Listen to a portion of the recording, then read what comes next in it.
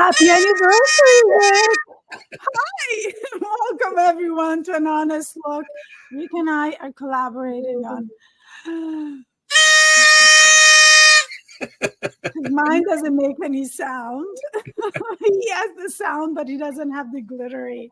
Yeah, I don't have the glittery things. What are we celebrating? Hold on. The celebrations continue. Hold on.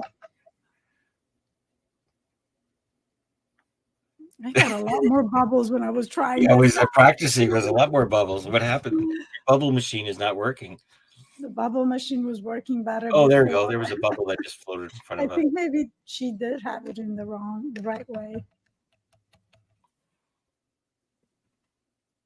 What are we celebrating, Rick? Oh my God, it got all over my computer. We're done. We're done.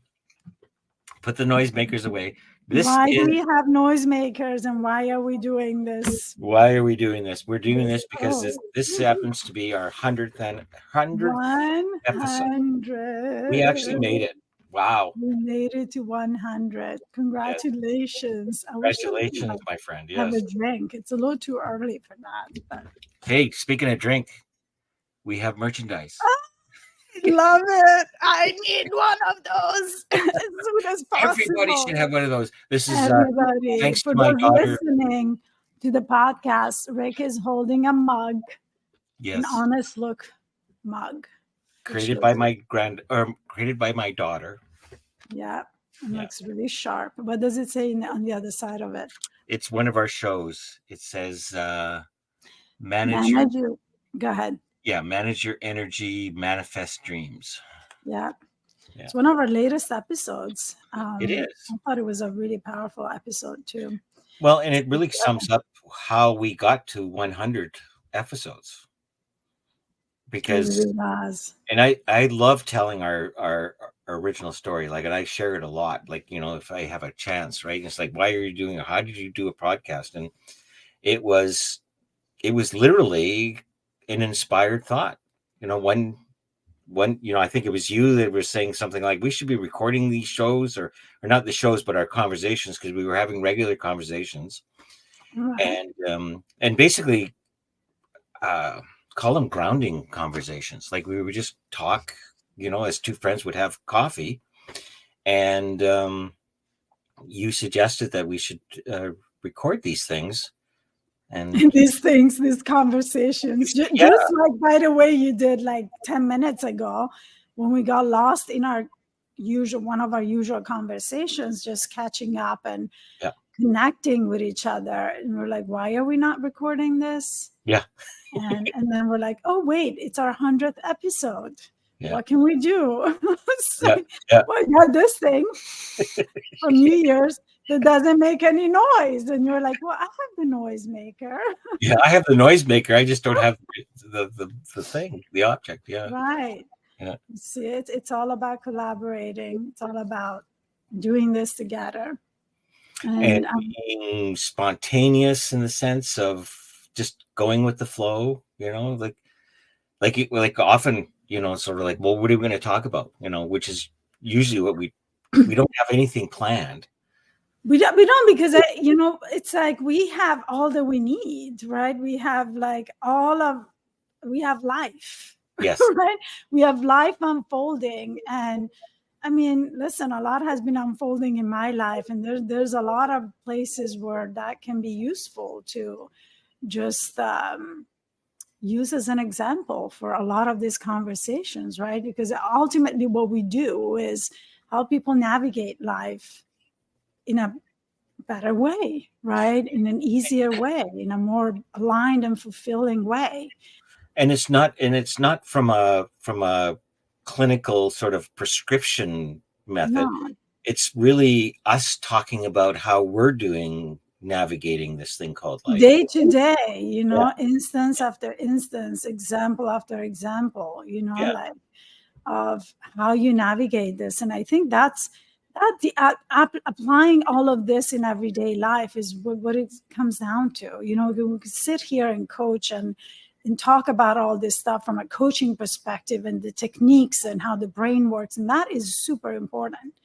But then when the rubber hits the road, it's Yes. really in Yeah. everyday life that, well, how do I now that I understand all this stuff, how do I now apply it? Like, what does it look like? Yes. Does it Yeah. always look like empowering and like, because we understand all this stuff, do we just glide through life feeling empowered? I mean, sometimes, and sometimes not. So what do No, we do with the moments that we we still do have doesn't storms. feel like we're Yeah. gliding? Yeah. Right? What do we do in those moments when we're super triggered, when it gets really difficult, when it gets really challenging, right?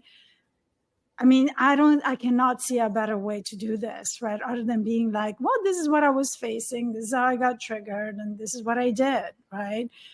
And this is how long I stayed in it, Mhm. and this is what helped me realize it.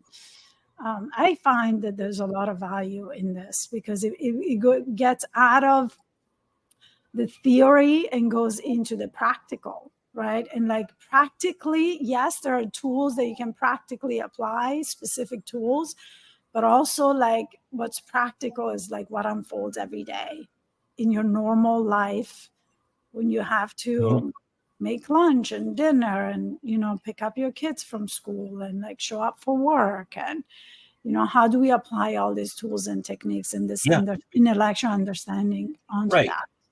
Yeah. And in the past, the focus for me was how do I adjust that outside world so I Right. could feel better inside, Right. forgetting that it all starts with the inside and everything else on the outside is just doing its thing, right? So it's I know we were talking about earlier about this, the notion of regrounding, resetting, and the only way I can ground or reset is noticing what's off kilter, Right. right?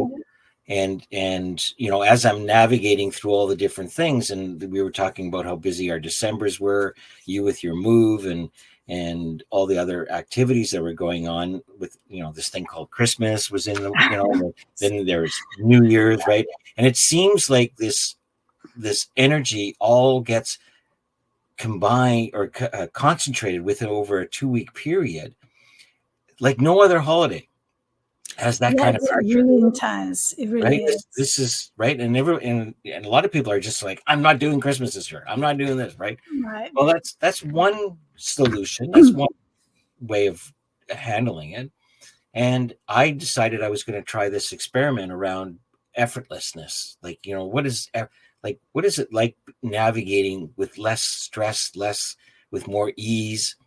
And it all came down to noticing when the boat wasn't in the right position or the sails weren't trimmed the right way, noticing that something was slightly off with me, not with the Right. outside, Right. with me, and then adjusting accordingly.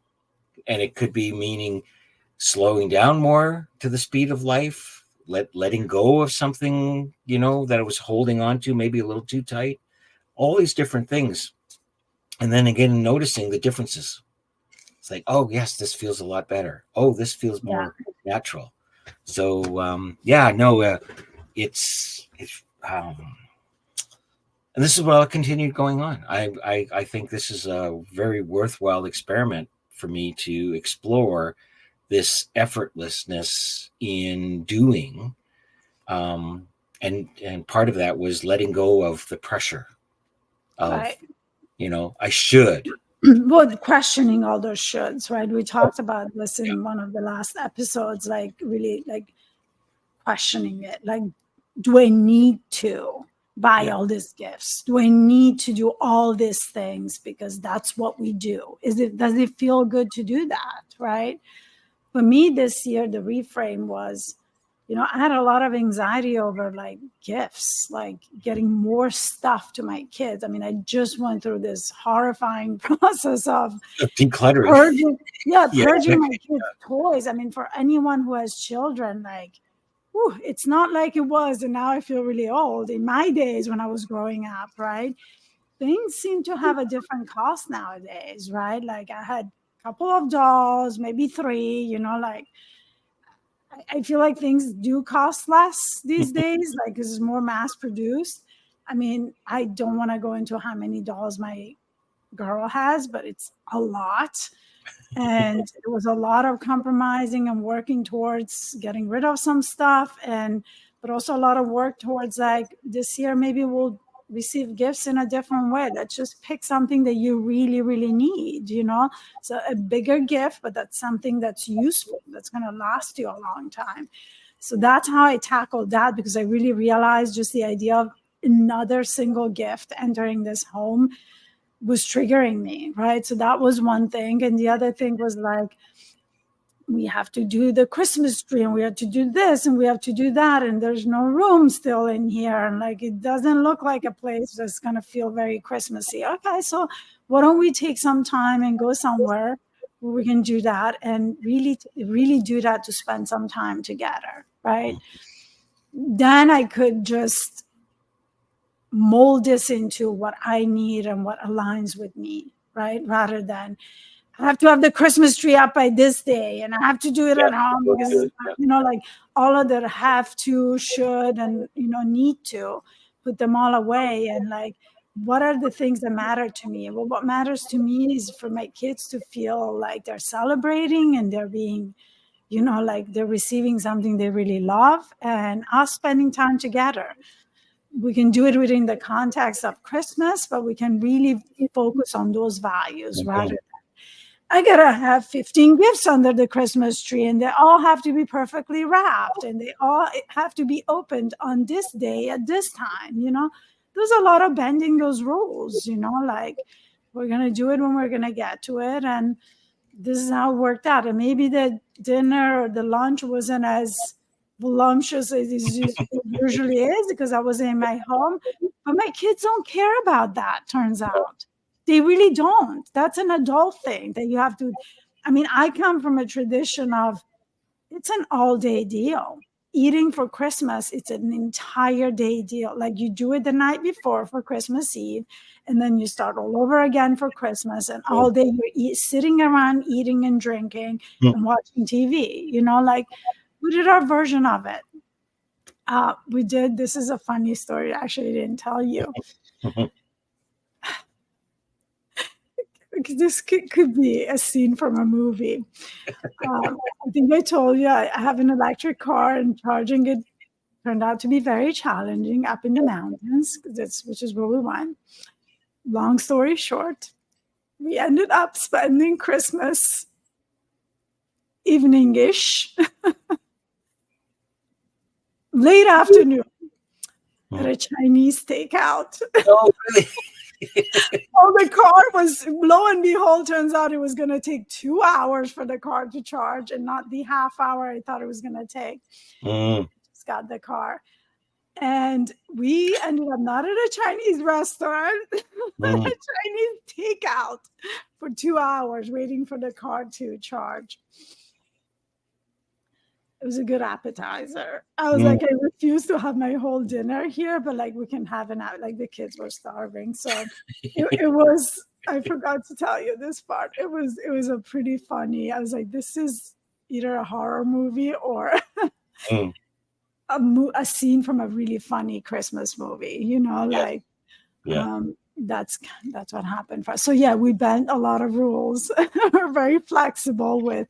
We're laughing about it, You just highlighted for me, like you said, this could have been a horror story. Oh, it could have been, yeah. Or it could have been, right? And really that's the key to having less stress in all of this.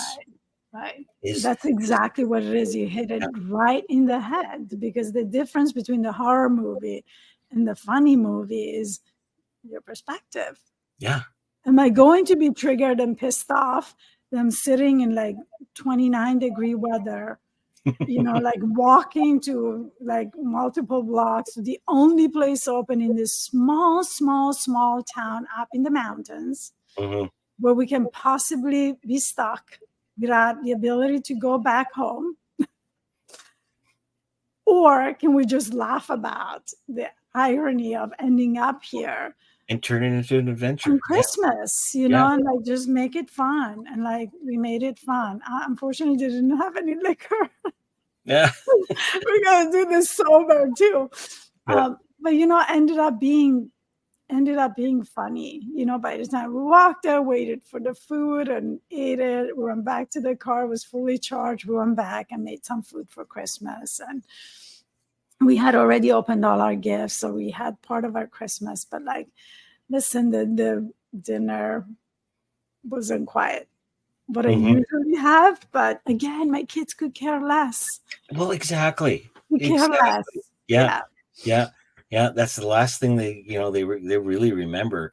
And that's part of, I think, resetting and regrounding, or grounding anyways, is looking at some of these things that we held on to just out of habit. Right. And because I remember my sister-in-law one year, they decided to have Chinese takeout for Christmas. Right? Exactly what you're doing, right? And it was, and it's a bit of an inside joke, because they love the story, the Christmas Story, which has an episode where the turkey fails and gets all burnt, and they all decided the only place that's open is this Chinese restaurant. Right. Yeah, in this case, we were forced to sit there at the one table they had. But what's interesting is that they still talk about it today. And this was a couple of years ago. This will definitely go down as a Christmas story. Absolutely. Yeah. Do you remember 2023? Or whatever. Yeah, no. See, that's what we have an opportunity of creating every moment of our time. Right. How we write the story will really dictate, the next chapter, right? Yeah. And I love, I think, what Helen Keller was saying. It's like either life's an adventure or it's nothing at all, kind of a thing. And when you consider her hardships and various other things, she had every excuse to consider her life very traumatic, right? Right. And but we let's face it, also, like, we admit that we do get caught up in our own traumas. We get our dramas, all this kind of stuff, right? Yeah. But it is fun to come out the other side and sort of go, oh, that could have been different.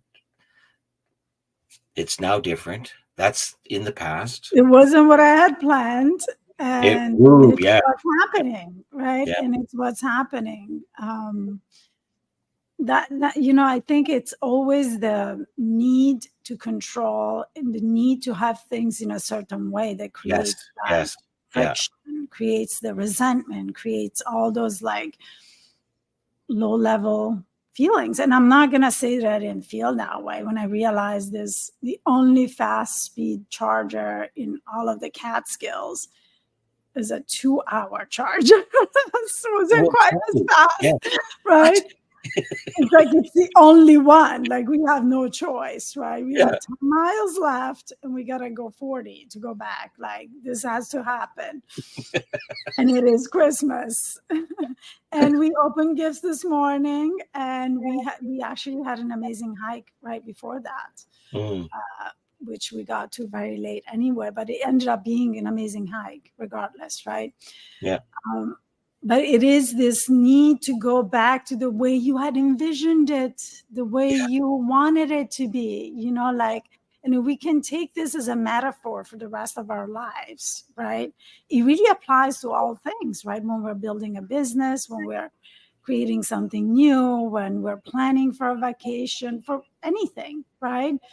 Really what creates friction and the angst and the anxiety and the anger sometimes is because there's an expectation that wasn't met, but who creates those expectations? We create those expectations, right? Yeah. Or we fall into expectations in this case, right? With Christmas, that's conditioned expectations, right? That it has to be this way. It has to be that way. On Christmas, you have to be home, gathered around the Christmas tree, eat a lot of food. I was just describing, how we do it in Italy. That's what it looks like. Well, this certainly didn't look like that. No. And at the same time, again, we have a really fun, I won't probably remember the Christmas where I sat around and had a lot of food and the kids were playing with the game. I mean, that's like any other Christmas. But this Christmas, I'll remember. Yeah, It'll be no. a story to tell, you know? And I like what you're like, how you're pointing to the friction part, because that's that noticing for me. Like it's when, oh, something's not right. And that's the friction, right? Because if life is about going with the flow, the only time it's not going with the flow is when I notice there's some friction. There's something that's holding me back. Okay, let's examine it. What am I holding on to? Oh, it's just another habit, or it's just a thought, or just, and what would happen if I let go of that? Am I willing to let go of that and just see what happens? You know, and that to me was breathtaking. Like it was just like so much freedom was created, noticing and then letting go, noticing and letting go.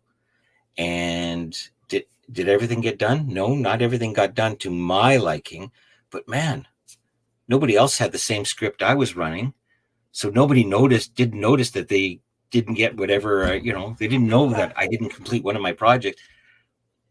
Right. So only it's all us. We're putting it all on ourselves, it's right? all us. It's all I mean, us.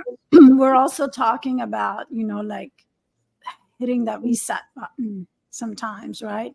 And I think, you know, sometimes I feel like when I say the word reset, we think about it as a hard reset, right? Like an all or nothing type of thing. Yeah. At least I do. And what I realized during this time, which I was sharing with you earlier, is that I needed another mini reset, right? And part of what I've been working on in this past year really is really giving myself the time and the grace of rest and just not feel so chased by time. You know, that I'm always running behind and I'm not getting there fast enough, that this is not going the way I want it to go, and all of that, right? Talking about the friction, right? That's all friction too. That's all expectations that we're putting on ourselves. And I had to really learn to let go. I had to really learn to be okay with things not being on top of things the way I was before, and be open about it. I'm going through a lot. Just can't be on top of things, on top of my work the way I was before. And also regrounding and rebalancing those values, right? Work cannot always be the utmost value. You know, like intellectually, I always felt that way, but like my actions were like really prioritizing that, right? So the reset of saying, okay, this part of my life, of my personal life, is also just important. That was one reset. But within this major reset, also finding moments of resetting myself, giving myself breaks, giving myself rest. Maybe not meeting the expectations of, I'm going to spend this Christmas break to just fully finish unpacking and setting this place up and, like, you know, use all my free time to do that, right? I had to do that check-in, right? And be like, okay, I'm again a little overwhelmed. I'm again very exhausted. Yeah. And my whole grand plan from these 5 days that I have to myself is to do more work, right? Yeah. And be like, okay, if I don't do it, I'll have a lot of anxiety on the other side of it. Where is a compromise? And I made a little compromise there, right? I'll get some stuff done, but then I'll give myself a full reset and break. And so it's really about understanding that the reset is actually part of the self-care. The reset has to constantly happen. There's mini resets that need to happen. It's part of the process. Like, it's like, it's not necessarily put in everybody's plan consciously, right? But yet the friction tells you, hey, wait a minute, another reset. Back away. And yeah, I like the mini break idea, because I was playing with the word microdosing earlier, right? And where I would originally, back in sort of not that far ago, would kind of binge my projects. Like I would just work harder to get them done. Like, you know, and I'd block off hours of time and I just sit there and concentrate, and I'll just work through it. And part of my effortless doing was letting go of that notion, letting go of, right? So I would, and what turned out to be what I call microdosing or micro doing. I like that micro doing. Yeah. Micro doing, it's like what was important, what needed to be done right now. And I would do it until it didn't feel right to keep going. And then it's sort of like, okay, so it must be time for something else. Or allow, like when a distraction came in, which I would normally label as a distraction or a deterrent or whatever, like something would come up, it's like, oh, I need to be here, or somebody would invite me for lunch or something like that, where I would say, oh, I can't, I got to get this all done. I would go, you know what? Maybe it is time for lunch. Maybe it's time to go meet somebody. Let's go have coffee. And I'll get back to micro doing again later. Right. And, or when it comes up. Right. And it was amazing how much less stress and a lot of doing, a lot of completing happened. Yeah. Yeah. I mean, one of the things that I think keeps me in that place of wanting to push and do things is because I feel like once I get going, it's easier for me to get things done. But also, I notice that when I take these breaks, then when I come back, right, it's time to now come back. One of the biggest challenges is that I feel overwhelmed by everything there is to do. And I felt that last night. I was like, okay, I have established in all my hikes and walks that getting this place in order, finishing the unpacking, phase 2, whatever we want to call it, phase 3 is really a priority right now.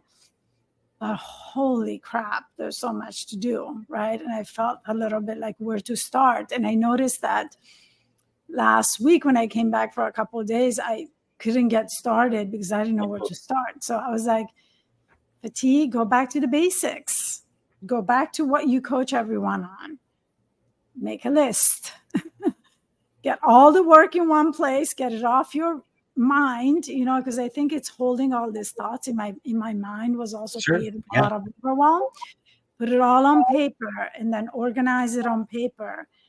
Once you have it all there, I don't have to keep reminding myself and feeling, because I think when you have to continuously remind yourself of all the things that you have to do, there's this sense of, I'm not going to remember something, right? Like, and your mind is constantly working on remembering all these different items, and it's quite a few.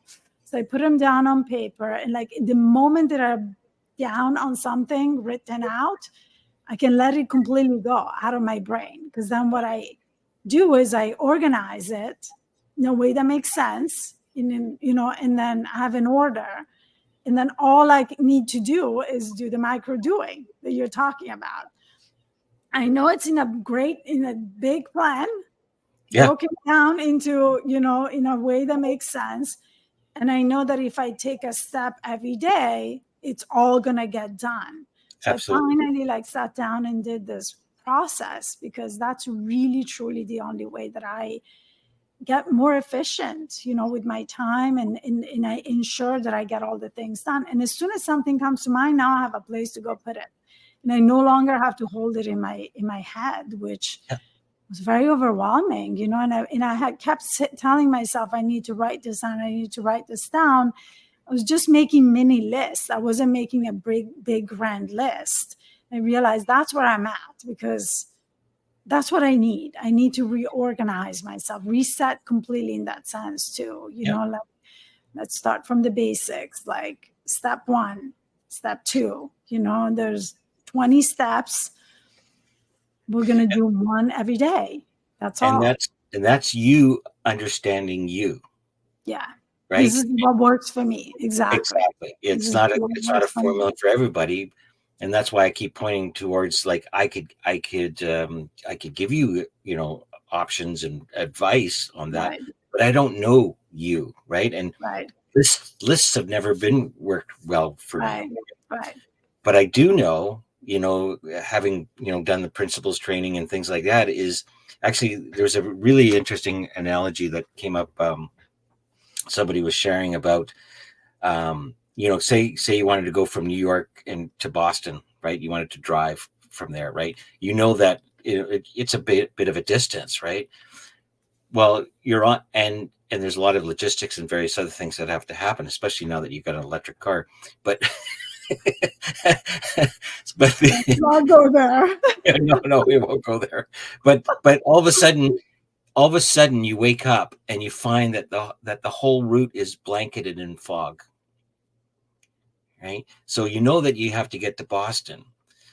What's on offer is that we have headlights, and the headlights give us 75 feet, and that's all we need. As long as we can see what's 75 feet in front of us, we will get to Boston. Right. And that's your micro doing, right? It's sort of like, okay, what is the next 75 feet? What is the next 75 feet? And eventually, hey, look, there's welcome to Boston. So we tend to look at, how am I ever going to get to Boston? All the way there. Yes. Yeah. And that looks like, and I have several of those things in my place too. Like I tell my wife, I says, I'd love to get more decluttered, right? There's a lot of things, like we can't keep shoving things into corners. At least I can't, and she's very thankful for me to come up with this. But when I look at it from a bigger project, it's sort of like, oh man, where do I start? Do I start here? Do I start in this cupboard? But if I just sort of go, okay, it doesn't matter where I start or which cupboard I pick. The point is just taking that first step. Right. And whether it's a drawer or whether it's a shelf or whether it's a closet, it really doesn't matter. But when I look at it, oh God, there's a drawer, there's a shelf, there's a closet. It goes like, I can't do anything. It's like, it's too much. But it's not too much. It's only 75 feet that I have to worry about. It's one drawer, one closet, one shelf. One shelf. Yeah. And then celebrate. We don't celebrate enough about, it's sort of like, oh, no, just celebrate. Like you did one shelf. Doesn't mean that, okay, I got to spend the next 5 hours. No, who knows? Do the one shelf, see what's up. Maybe you want to do another shelf, maybe not, Yeah. So no, I think it's really, again, small steps. Mm-hmm. Going back to small steps, but I do also want to talk about what you pointed to, right? What I just described is a system that really, really works for me. And I tend to forget, right? Sometimes I skip it. And whenever I skip it, I'm like, I'm so overwhelmed. There's so much going on. There's so much to do, right? But what you were pointing to is that doesn't work for you, right? And so how do we know what works for us? Well, you got to try different things. That's how. You get a feel for it.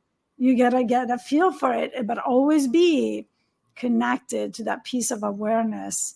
Yep. This feels right. This doesn't feel right. Yep. Right.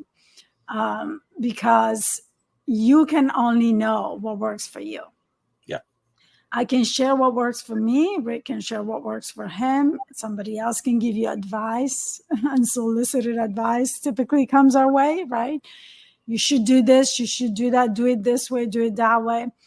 I mean, it should all be taken as give it a try. That's an option.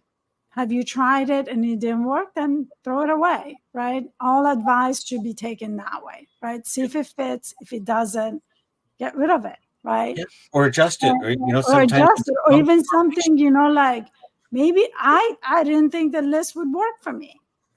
Okay, give it a try. Maybe it works, or maybe it's a confirmation it still doesn't work.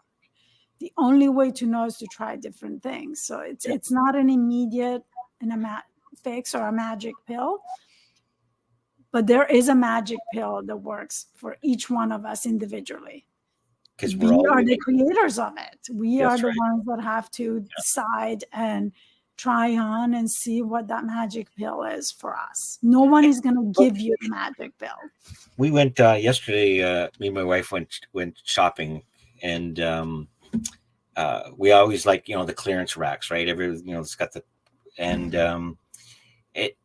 and I was just thinking, your analogy, like when you try on new clothes or any clothes, right? It's sort of like there's a feel to them. Right. You know, and I like that feel when something just fits right. But Right? you It just, don't know until you put it on. Sometimes we like oh, something. And it's exactly. like, It oh, looks it looks good. amazing. It looks like it's the right thing, right? But until you kind of put it on, it's sort of like, yeah. Oh, this feels so good. I'm wearing my new shirt today. Yeah, I love it. But it's Yeah. like, and I when I put it on, it's sort of like, yeah, this feels right. And I've put on, you get dressed in the morning, you put something on, and it's going, I don't know, I'm just not feeling it right now, right? Yeah. And so you go and look for something else. That's what I'm calling about getting a feel for you, getting a feel for how you are interacting with this thing called life. Because life is always going on, even though you're making the best plans possible. And the key is noticing, the friction. How is it feeling? Is it time for an outfit change? Is it time for a strategy change? Sometimes strategies work great, and then all of a sudden they don't seem to be working. Yeah. Right? Something will work for you at some point and then not work at another point, or work in one situation, not work in another situation, right? I mean, part of like me doing the list now was also that, like, as soon as I moved in, like, it was just really pointless to make a list. It was kind of like room by room, like. And that was wisdom you speak to me. That's Yeah, that wisdom or yeah, that guidance that comes yeah, through that sort of says, okay, like, let's make a list. Oh, what a brilliant idea. I used to do that all the time. Right. yeah. And then all of a sudden, like, so that's the part that when we're stopped shaking our snow globe, better thoughts come through. And they could be a variety of different things. It could be going back to a basics, resetting. Right. You want a mini vacation. You know what? I need to go for a walk right now. I need to back away from my computer. I need to, whatever it is, the minute that we stop shaking our snow globe, and when do I know when I'm shaking my snow globe too much? It just doesn't feel right. It just doesn't feel right. You're overwhelmed. You're anxious. All You're those feelings. angry. You're like Friction, you call it friction. uneasy. There's a lot of friction. All that. There's a lot of low level energies, Yeah. right? Yeah. And I think reset is the same thing as pretty much being present, right? Because it's that pause. You're putting a pause in between you and the outside world. Yeah. And that's all you need. So resetting is bringing yourself back to the present, right? Yeah. And disconnecting yourself from all the rehearsal and all the things that are creating all those feelings, and saying, okay, let me just put some distance and see how I feel. And then let me just use this distance to look at this situation from a different perspective. Yeah. And let me use this distance to come up with, what's the best way to go about this? What is one thing that I can take action on? Yeah. What is the real next step? Yeah, and my when I put that distance, my one thing that I decided I was going to do was, I'm going to sit down and make the list. Yeah. Yeah. In somebody's world, that may be like, what? That was a huge accomplishment. I felt very accomplished after that last night, right? The putting the time into the planning ahead of time is everything.